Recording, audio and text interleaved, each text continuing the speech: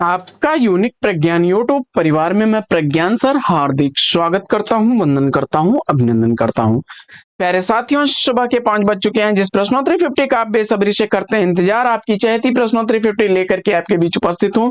जैसा कि आप जानते हैं, प्रश्नोत्तरी 50 का मुख्य उद्देश्य आपके अध्ययन का आपको रिवीजन कराना। वन लाइनर शैली में 50 महत्वपूर्ण प्रश्नों को प्रतिदिन सुबह सुबह आप करते हैं रिवाइज। तो इस रिवीजन श्रृंखला से जुड़ने के लिए फटाफट वीडियो को लाइक और शेयर, चैनल पर पहली बार होंगे तो चैनल को सब्सक्राइब करके बगल में बने हुए बेल आइकन से ऑल बटन को प्रेस करना साथियों बिल्कुल ना भूलें। तो प्रारंभ करें आज की प्रश्नोत्तरी 50, लेकिन उससे पूर्व देखते हैं आज का मॉर्निंग कोट। सकारात्मक विचार में आज है, खुद को सफल देखना चाहते हैं तो आज से खुद को सफल मानना शुरू कर दो है दोस्त, क्योंकि सफलता की छाप पहले अपने दिमाग में बनती है, बाद में सच्चाई बन के सामने आती है। अगर आप लॉ ऑफ अट्रैक्शन को जानते होंगे तो आपको विदित होगा कि आप जैसा सोचते हैं, जो बनना चाहते हैं, उसी के अनुसार आपका मन, मस्तिष्क और शरीर काम करना शुरू कर देता है और जीवन में आप उस चीज को पा लेते हैं। देर से ही लेकिन मिलती जरूर है, अगर आप नियमित रूप से किसी भी चीज के बारे में सोचेंगे। तो अगर आप जीवन में सफल होना चाहते हैं साथियों, तो आपको करना होगा नियमित अध्ययन। और नियमित अध्ययन श्रृंखला में देखते हैं 50 वस्तुनिष्ठ प्रश्नों को वन लाइनर शैली में हम लोग फटाफट।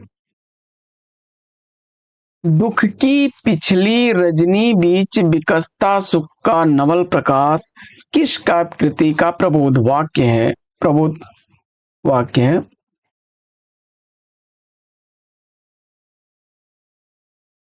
तो जवाब हो जाएगा कामायनी से अवतरित यह पंक्ति जयशंकर प्रसाद की है। शतरंज के खिलाड़ी किसकी रचना है? शतरंज के खिलाड़ी मुंशी प्रेमचंद की रचना है। बढ़ते आगे और देखते हैं तीसरा प्रश्न। तीसरा प्रश्न, रेशमी टाई एकांकी के एकांकीकार कौन है? रेशमी टाई एकांकी का एकांकीकार राम कुमार वर्मा को चुना आपने, तो सही जवाब है आपका। प्रश्न संख्या 4, धातु सेन जयशंकर प्रसाद के किस नाटक का पात्र है? धातु सेन जयशंकर प्रसाद के किस नाटक का पात्र है?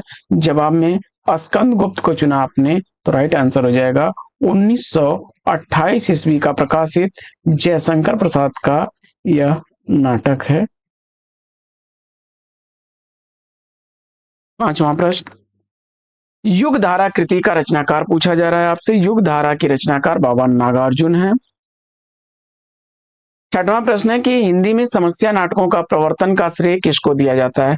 हिंदी में समस्या नाटकों के प्रवर्तन का श्रेय लक्ष्मी नारायण मिश्र को जाता है। सातवां प्रश्न है कि दुख सबको मांझता है किसकी पंक्तियां हैं? दुख सबको मांझता है यह पंक्ति है अज्ञेय की। आठवां प्रश्न है कि प्रेम पथिक का प्रकाशन काल क्या है? प्रेम पथिक का प्रकाशन वर्ष जयशंकर प्रसाद द्वारा लिखा गया यह 1914 ईस्वी की प्रकाशित रचना है। नवा प्रश्न, विद्रोहिणी अंबा नाटक के नाटककार कौन है? विद्रोहिणी अंबा नाटक उदय शंकर भट्ट जी का है। कर्नट कबीलों के जीवन यथार्थ के विविध पक्षों पर आधारित उपन्यास कौन सा है? तो जवाब हो जाएगा कब तक पुकारूं, 1957 ईस्वी।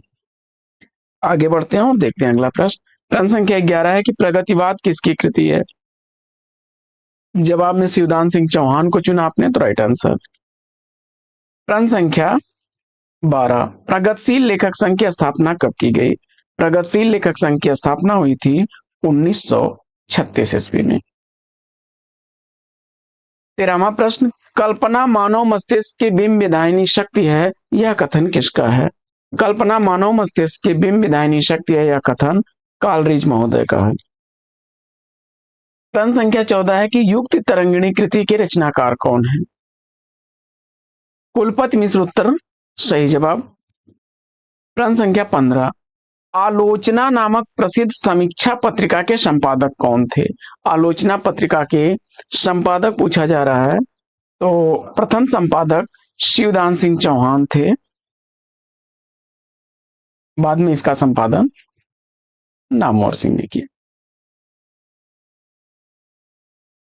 संरचनावाद के जनक कौन माने जाते हैं? संरचनावाद का जनक किसे माना जाता है? तो जवाब हो जाएगा शास्त्री महोदय को। 17वां प्रश्न, छंद शास्त्र ग्रंथ के रचयिता कौन है? तो जवाब हो जाएगा पिंगल मुनि। इसीलिए इसे पिंगल शास्त्र भी कहा जाता है, पिंगल शास्त्र भी कहा जाता है छंद शास्त्र को। प्रश्न संख्या 18 की रूप तरंग किसका काव्य संग्रह है? रूप तरंग काव्य संग्रह रामविलास शर्मा जी का है। कामायनी को मानवता के रसात्मक इतिहास की संज्ञा किसने प्रदान की है? तो जवाब हो जाएगा नंद दुलारे वाजपेयी जी ने। 20वां प्रश्न है कि प्रिया नीलकंठी निषाद बांसुरी किसके निबंध संग्रह हैं?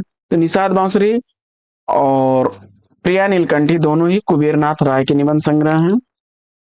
प्रश्न संख्या 21 है कि बेकन के निबंधों का अनुवाद बेकन विचार रत्नावली नाम से किसने किया? जवाब हो जाएगा महावीर प्रसाद त्रिवेदी जी ने। 22वां प्रश्न है कि सिक्का बदल गया किसकी कहानी है? सिक्का बदल गया यह कहानी कृष्णा सोबती की है। 23वां प्रश्न है कि उज्ज्वल नीलमणि काव्य शास्त्री ग्रंथ के रचनाकार कौन है? तो रूप गोस्वामी उत्तर चुन करके सही जवाब दिया आपने। प्रश्न संख्या 24 है कि सरस्वती श्रीधर नरेश मेहता के किस उपन्यास के पात्र हैं? सरस्वती श्रीधर नरेश मेहता द्वारा लिखे गए यह पथबंधु था के पात्र हैं। 1954 ईस्वी का प्रकाशन वर्ष। 25वां प्रश्न है कि सेठ बांकेमल किसकी रचना है? सेठ बांकेमल अमृतलाल नागर की रचना है। 1955 ईस्वी का प्रकाशन वर्ष। प्रियमवद अज्ञे के किस रचना का पात्र है? प्रियमवद अज्ञे द्वारा लिखे गए असाध्य वीणा का पात्र है। 27वां प्रश्न है कि न कांतम अपि निर्भूषम विभाति वनिता मुखम यह अभिमत किस आचार्य का है? जवाब हो जाएगा आचार्य भामा का। हाइकू किस देश की काव्य शैली है? जवाब में जापान चुना आपने, तो राइट आंसर। 29वां प्रश्न है कि द्विवेदी युग को जागरण काल किसने कहा है? द्विवेदी युग को जागरण काल की संज्ञा दी है डॉक्टर नगेंद्र ने। 30वां प्रश्न है कि शिरीष के फूल किस विधा की कृति है? शिरीष के फूल ललित निबंध विधा की रचना है आचार्य हजारी प्रसाद द्विवेदी जी की। आचार्य हजारी प्रसाद द्विवेदी जी की। 31वां प्रश्न है कि चिंतामणि का पहला भाग कब प्रकाशित हुआ? चिंतामणि का पहला भाग प्रकाशित हुआ था 1939 ईस्वी में। आचार्य रामचंद्र शुक्ल संपादक थे। चिंतामणि भाग 2 1945 ईस्वी में, जिसके संपादक विश्वनाथ प्रसाद मिश्र थे।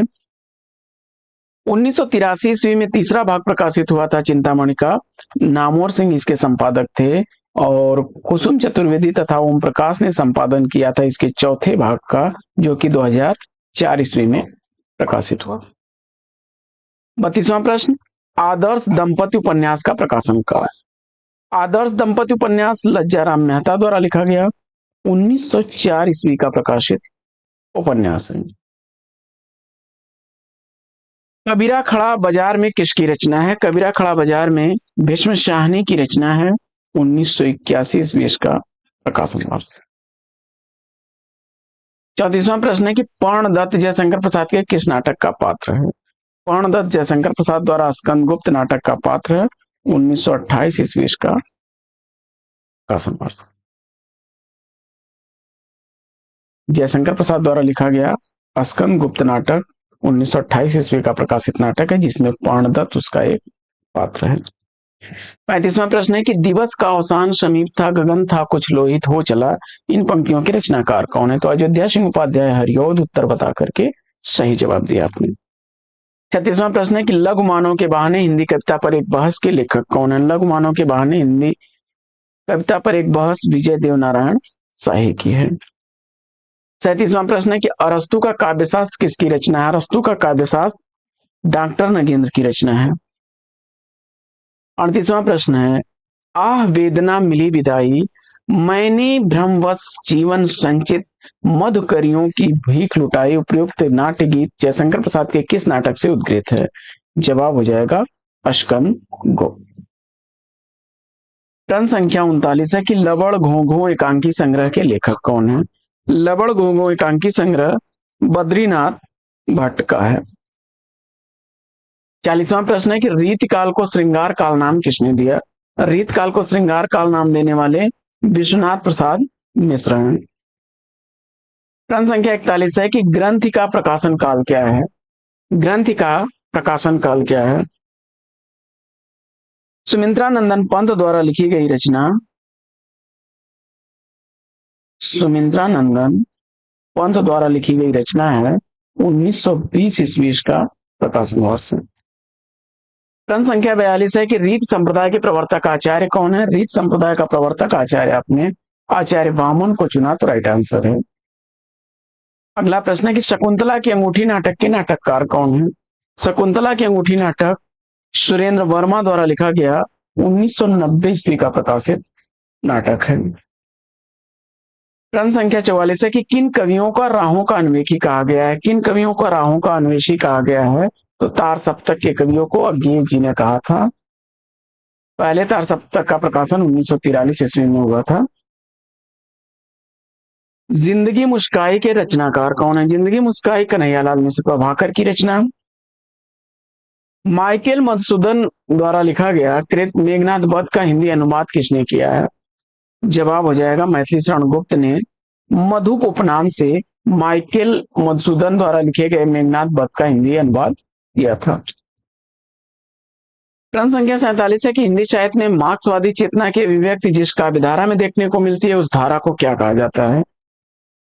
हिंदी साहित्य में मार्क्सवादी चेतना की अभिव्यक्ति जिस काव्य धारा में देखने को मिलती है उस धारा को कहा जाता है प्रगतिवादी काव्य धारा। नेपथ्य राग नाटक के नाटककार कौन है? नेपथ्य राग नाटक मीरा कांत द्वारा लिखा गया 2004 ईस्वी का प्रकाशित नाटक है। अगला प्रश्न है कि घनानंद को साक्षात रसमूर्ति किसने माना है? घनानंद को साक्षात रसमूर्ति मानने वाले आचार्य रामचंद्र शुक्ल जी हैं।